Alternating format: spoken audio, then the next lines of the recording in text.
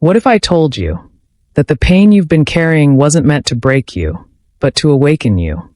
Pain isn't a punishment. It's not life being unfair. It's a message, a sacred whisper from your soul. Every heartbreak, every betrayal, every loss, and even the silence you sometimes drown in, all of it carries a deeper meaning. But most people never stop to decode it.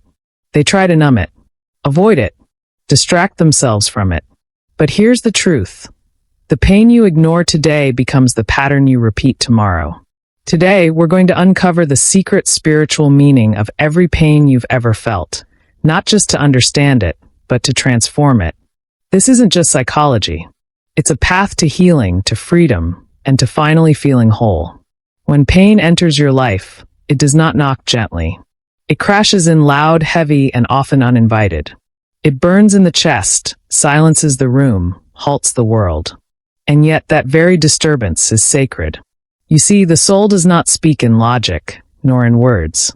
It speaks in symbols, in dreams, and yes, in pain. What you feel as unbearable suffering is often the soul's most urgent message.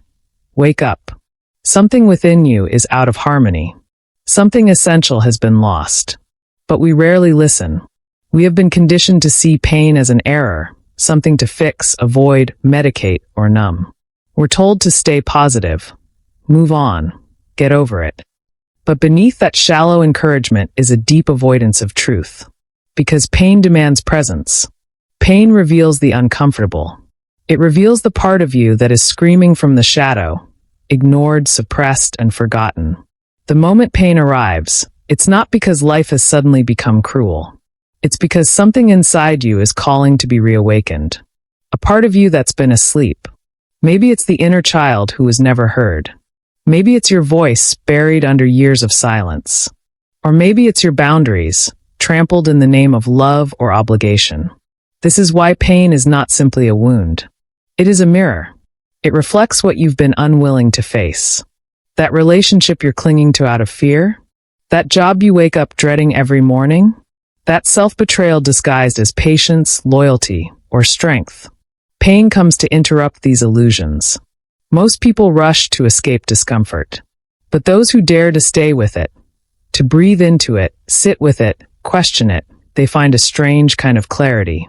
Not all at once, but slowly the fog lifts. And the soul, once drowned beneath the noise, begins to speak. And what it says is rarely comfortable. You are not where you are meant to be. Pain is a spiritual alarm clock. It rings loudest in the silence of your inauthentic life. It doesn't ask for your permission. It demands your evolution. And it will not leave until you've learned what it came to teach. Ignore it, and it deepens. Run from it, and it chases you. Deny it, and it transforms into anxiety, depression, rage, or fatigue. But embrace it, and it becomes the doorway to rebirth. But to embrace it, you must be willing to die, psychologically speaking. The ego must be wounded. The old identity cracked. Because only through fracture does the light come in. And once you begin to listen, really listen, you'll notice something peculiar. The pain begins to shift. It's no longer just sharp or senseless. It starts to form meaning. It begins to show you what must change, what must be let go, and what must be found again. For many, pain is the first real encounter with themselves. Because when everything else is stripped away, when no one understands, when the world grows quiet, what remains is you. And in that stillness, the truth can finally emerge. Yet truth, too, is painful. Especially when it contradicts the story you've told yourself.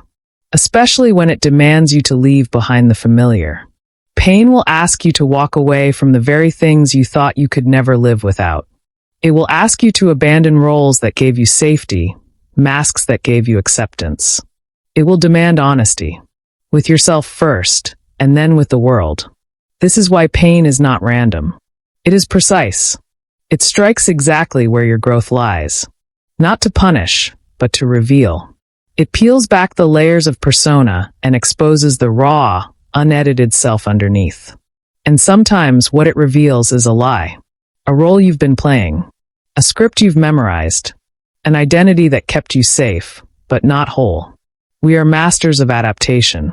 From early on, we learn to contort ourselves to be loved, accepted, tolerated.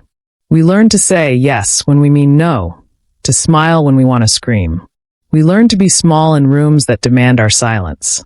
Over time, these compromises collect, and they cost us our authenticity. Then one day we break. Not because we are weak, but because the weight of the false self becomes unbearable. That's when pain steps in. Not as a curse, but as a rescuer. You begin to realize that the pain didn't start today. It's been building. A slow erosion of your inner truth. The ache is not new, it's ancient. But now it's loud enough to be heard. And that's when the lie begins to unravel. Perhaps you've been acting strong, but inside, you're tired of carrying everyone. Perhaps you've been playing the peacekeeper, yet dying for someone to finally choose you. Perhaps you've been convincing yourself that your needs are too much or not important, because someone taught you that love must be earned through sacrifice. Pain doesn't whisper in these moments. It screams, "This is not who you are. This is who you became to survive." The unraveling hurts, yes, but it also liberates. It clears away the facade and invites you into the unknown, where your true self has been waiting. Not the self that pleases others, not the one that hides behind roles and titles, but the self that is rooted in soul, in truth, in essence. In this process, pain becomes sacred. It becomes the initiator, the guide, the fire through which the old identity burns, so the real self may emerge from the ashes. And while this journey may feel isolating at first, know this: the pain that isolates is the very pain that unites you with your essence. It is only by confronting the lie that you begin to live the truth. There is a moment, often overlooked, when pain first meets the boundary we never knew we needed. In that moment, you realize something sacred. Not every hurt is meant to be endured. Some pains are not there to be healed, but to be heard. They whisper, then shout, that a line has been crossed, and that the suffering you feel is not weakness. It is wisdom crying out. Pain is the psychic tension that arises when the soul has been overstepped. We are taught from early on to be agreeable, to be accommodating, to be quiet. The instinct to protect ourselves gets buried beneath layers of politeness and fear. We tell ourselves, it's not a big deal, when it absolutely is. We make excuses for mistreatment. We justify disrespect. And over time, the soul recoils, shrinking further into the unconscious. But it does not disappear. It waits. And when it has waited too long, it erupts in the form of pain. This pain is not chaos. It is order. It is structure asserting itself against disorder. It is your inner law reclaiming its space. What you once accepted as normal suddenly becomes unbearable. A sharp word that once slid by now slices. A dismissal you used to tolerate now burns. The body tightens, the chest constricts, and a silent voice rises from within. No more. That is the voice of your boundary forming, not as an act of rebellion, but as an act of self-respect. It is the soul creating edges around your worth. Not to push others away, but to preserve what is sacred inside. Pain teaches you not just what you need, but what you are no longer willing to go without. It illuminates the patterns that have exhausted you. The relationships where giving is never returned, the environments where silence is mistaken for peace, the habits where you betray yourself just to feel safe. In these moments, the lesson is profound. Pain sharpens your inner compass. And still we resist it, because to claim our boundaries means to risk being misunderstood. It means the possibility of conflict, of loss, of loneliness. But there is a deeper truth we must face. If a boundary causes someone to leave, it is not the boundary that caused the separation. It is the reality that the connection could not survive your truth. And any relationship that cannot hold your truth cannot hold your soul. The more we understand this, the less we fear the pain that arises from saying no. We begin to recognize that this discomfort is not destruction. It is construction. The building of a new framework for our lives. Where before we allowed others to define our limits, now we define them ourselves. Not out of bitterness, but out of self-honor. And in the silence that follows a strong boundary, a new peace emerges. A groundedness. An inner clarity. And perhaps even a grief. for the years you lived without that clarity, for the times you stayed silent when you should have spoken. But even this grief is a gift. It means you are awake. And then there is the other dimension of pain, the one that does not push out but pulls in. The kind of pain that doesn't come from others crossing our limits, but from the way life forces us to stop. In the rush of everyday existence, we lose ourselves in repetition. Routine becomes ritual, but not the sacred kind, only a distraction. We forget how to feel. We forget how to be. And then suddenly a pain arrives. Perhaps it is physical. Perhaps emotional. Perhaps it's the subtle, creeping sadness that no longer lets you smile the same way. This is the pain that returns you to presence. It arrests your momentum. It says, stop. Look. Feel. There is a paradox here. For most of our lives, we are told that happiness lies in moving forward, in progress, in doing. But the soul does not move in straight lines. It moves in circles, spirals, cycles. And pain is often the soul's way of drawing us back into that sacred pattern, into stillness. In stillness, we cannot hide. We must confront ourselves. The masks grow heavy. The noise fades. And in that silence, our true face is revealed. The emotions we buried rise to the surface. The grief, long postponed, returns. The longing we denied begins to ache. And though it is overwhelming, it is also real. To feel pain is to return to the body, to the breath, to the heart. It is to be humbled by the sheer immediacy of life. The soul is no longer willing to wait. It wants your attention, and it will take whatever route it must to get it. This is not punishment. It is a return, a realignment. The pain that demands presence is sacred, because it strips away the illusions of control. It reminds us that we are not machines. We are not defined by productivity, performance, or perfection. We are human, fragile, vulnerable, awake. In the modern world, we are rewarded for moving fast. But the soul doesn't move fast. It lingers. It whispers. It waits for you to slow down enough to hear. Pain forces that deceleration. And in doing so, it gifts you something priceless, the moment, the now. It is in this moment that transformation becomes possible. Because when you are truly present, you are no longer running from yourself. You are facing yourself. You are listening. You are becoming conscious. And consciousness is the threshold of healing. What you bring into awareness, you can begin to transform. But you cannot transform what you refuse to feel. That is why pain returns you to the body, to the breath, to the forgotten parts of you that have been waiting. Not to be fixed, but to be felt. And as you remain present with that pain, without rushing to escape it, you begin to notice something subtle yet profound. The pain moves. It breathes. It shifts. And in that movement, you find not just suffering, but meaning. There is a sacred irony in the human journey. That often, it is precisely our deepest wounds that reveal our truest path. That which has broken us is, in time, what also builds us. Pain, though uninvited, contains within it the seeds of purpose. Not a surface-level idea of purpose, something one achieves or declares, but a deeper, soul-aligned unfolding of meaning that cannot be faked, forced, or fabricated. It must emerge from the ashes of what we thought life would be. Most people seek purpose in the things they believe will complete them: status, recognition, belonging. But the soul is not interested in these things. It is interested in truth. And the truth of who we are is rarely found in triumph.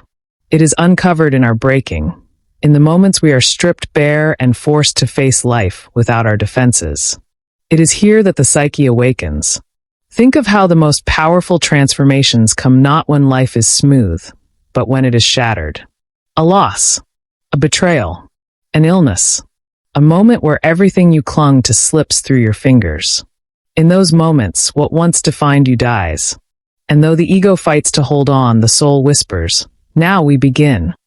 This is the initiation into purpose. And it does not come wrapped in clarity or joy. It arrives wrapped in confusion, silence, grief. You may question your worth, your identity, your direction. But beneath those questions is something profound, a death of the false self. And it is through this death that your truest calling begins to stir. The pain that feels meaningless in the moment begins, over time, to form patterns. You start to notice that the places you've suffered most are the very places you begin to feel called to serve. The woman who was silenced becomes the one who speaks for others. The man abandoned in childhood becomes the one who fosters safety for those around him. The soul, once fragmented, finds its rhythm through the act of giving that which it never received. This is not performance, it is essence. True purpose is not something you seek, it is something you remember. And pain is the force that pulls back the curtain to reveal what has always been there, quietly waiting to be lived. Often, what you survive becomes your medicine. And that medicine is not just for you. It is meant to be shared. The wound becomes a teacher. The scar becomes a guidepost.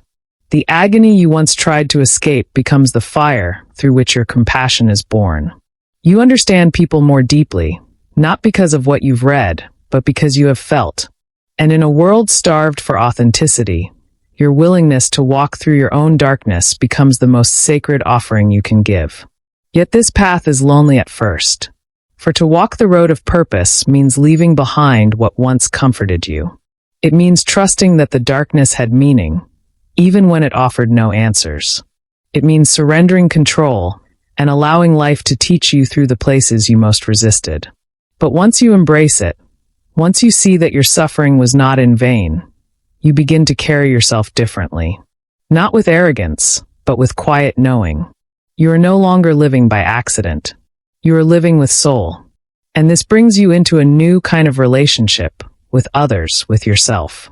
Pain not only reveals your purpose, it reveals your people. Because suffering does not just clarify your direction, it also clarifies who is truly walking with you. In our most painful moments, we see the truth of our connections. Not the surface truth, not the polite gestures, but the soul truth.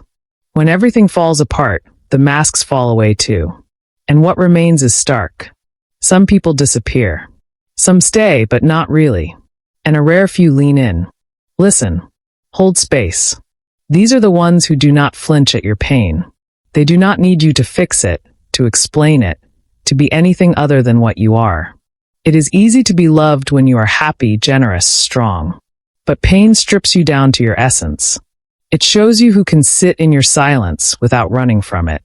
Who can witness your tears without trying to dry them too quickly. Who can hold your darkness without shrinking their light. You begin to see clearly. The illusion of closeness fades.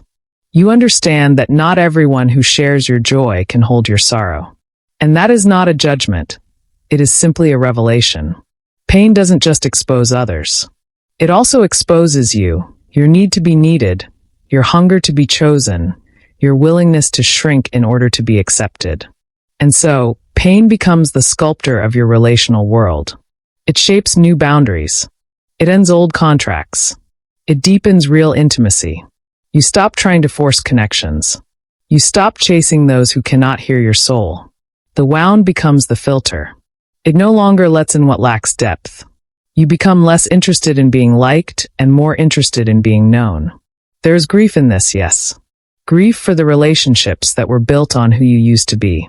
But there is also profound liberation. For now, you are seen, not for what you offer, but for who you are. Pain refines your tribe. It calls in those who are not afraid of depth, not afraid of change, not afraid of you. In this new relational landscape, you begin to build not from longing, but from alignment. You connect from a place of fullness, not lack. From truth, not performance. And in doing so, you come home, not just to others, but to yourself. There comes a moment in every human life when the silence within becomes unbearable. Not the outer silence, but the inner silence, the absence of love, of tenderness, of the deep, sustaining touch that no one else seems to offer. You may look around and wonder why no one sees your exhaustion, your loneliness, your quiet grief. You give and give, hoping someone will return the gesture. But when that moment doesn't arrive, when the help never comes, something ancient stirs from the depths of the psyche. A realization, both painful and liberating. No one is coming to save you. This realization is the beginning of a sacred journey. For it is here that self-love begins, Not as a luxury, not as a modern trend, but as a necessity for survival. When the world turns its back or simply cannot meet you where you are, the only choice is to turn inward. And this inward turn is not selfishness. It is a reclamation. A retrieval of what you once outsourced to others. Your worth, your value, your sense of being worthy of care. Self-love is not found in affirmations or surface-level routines. It is found in the small, courageous act of showing up for yourself when you would rather collapse. It is in holding your own hand in the dark, not because it is easy, but because there is no one else to do it. It is choosing to eat, to rest, to breathe with intention, not because anyone told you to, but because your soul deserves to be tended to. The soul cannot thrive on performance. It cannot survive on borrowed love. When the applause fades and the roles dissolve, you are left with yourself.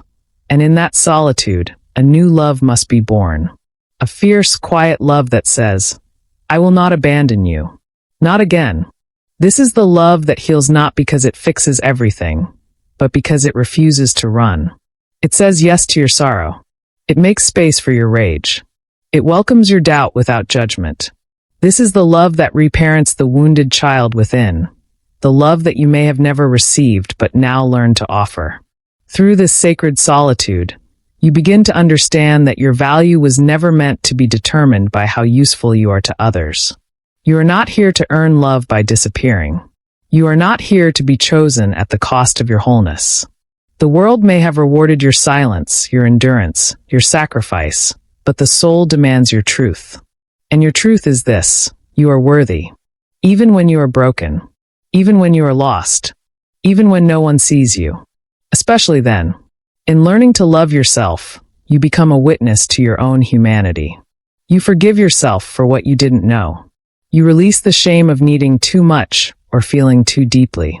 You recognize that the parts of you that were once called too sensitive were never flaws. They were the very indicators of your depth. This inner transformation does not come without resistance. The ego will fight to hold on to old identities. The wounded parts will beg for external validation. But slowly, through patience and presence, you begin to trust yourself again. This trust becomes your foundation. And from that foundation, a new kind of strength emerges, not a hardened strength, but a soft one.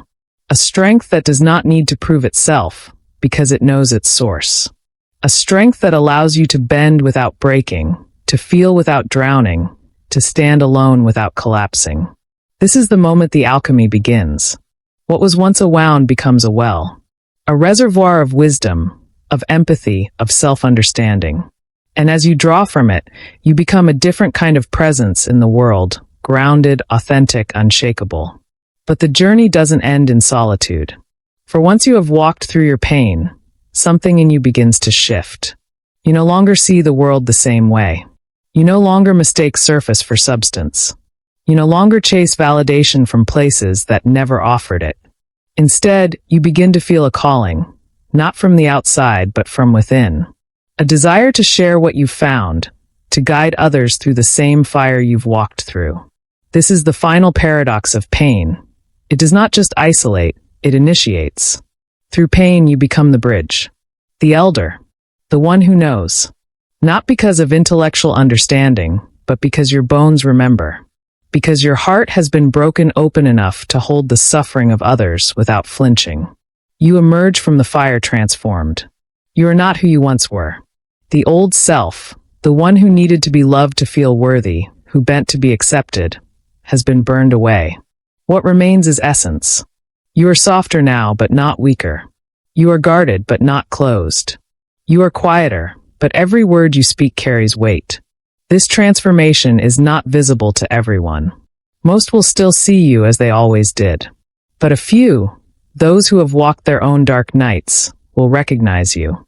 There will be a knowing in their eyes, a silent acknowledgement. And in that moment, you will understand that your pain has not been in vain. You have become the medicine you once needed. You have become the home you never had. You have become the light you used to chase.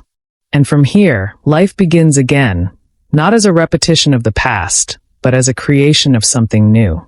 You are no longer just surviving. You are embodying. living from the soul, creating from the scar, loving from the root. So, the next time pain knocks on your door, don't shut it out. Don't numb it. Don't run. Ask it, what are you here to teach me? Because pain is not your enemy. It's your evolution. Now, I want to hear from you. Speaking head, what pain in your life taught you the biggest lesson? Drop it in the comments below. Your story could be the medicine someone else needs today. Backhand index pointing right if this message stirred something in you. Like, share, and subscribe. Help this community grow, because healing isn't something we do alone. And if you have a topic you'd love me to speak on next, comment below. I'm listening. Until next time, remember, you are not broken. You are becoming.